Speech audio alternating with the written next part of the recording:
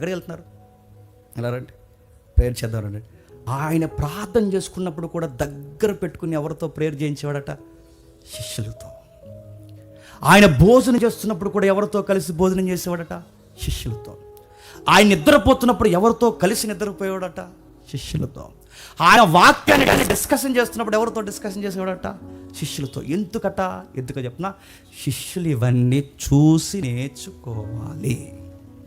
ఇవన్నీ చూసి నేర్చుకోవాలి. మనకు కూడా తిరుగుతున్న వారు కొన్ని చూస్తారు, వాళ్ళు మనల్ని చూసి నేర్చుకోవాలి. నేను బుక్ చదివాను. ఆ బుక్ ఏంటి చెప్పిన, షాపింగ్కి వెళ్ళినప్పుడట విశ్వాసం కూడా పెట్టుకుని వెళ్ళకూడదంట. విశ్వాసం పోద్దంట వాళ్ళకి మనం చేసే షాపింగ్లకి. నడుతున్నాను ఎందుకు తీసుకెళ్ళాలి, వాళ్ళకి అర్థం అవ్వాలన్నా అది కూడా కొంటే నీకు బాగుంటుంది కదంటే కొనంత, ఎందుకంటే నా బడ్జెట్ అక్కడదో చెప్పండి, అయిపోయింది.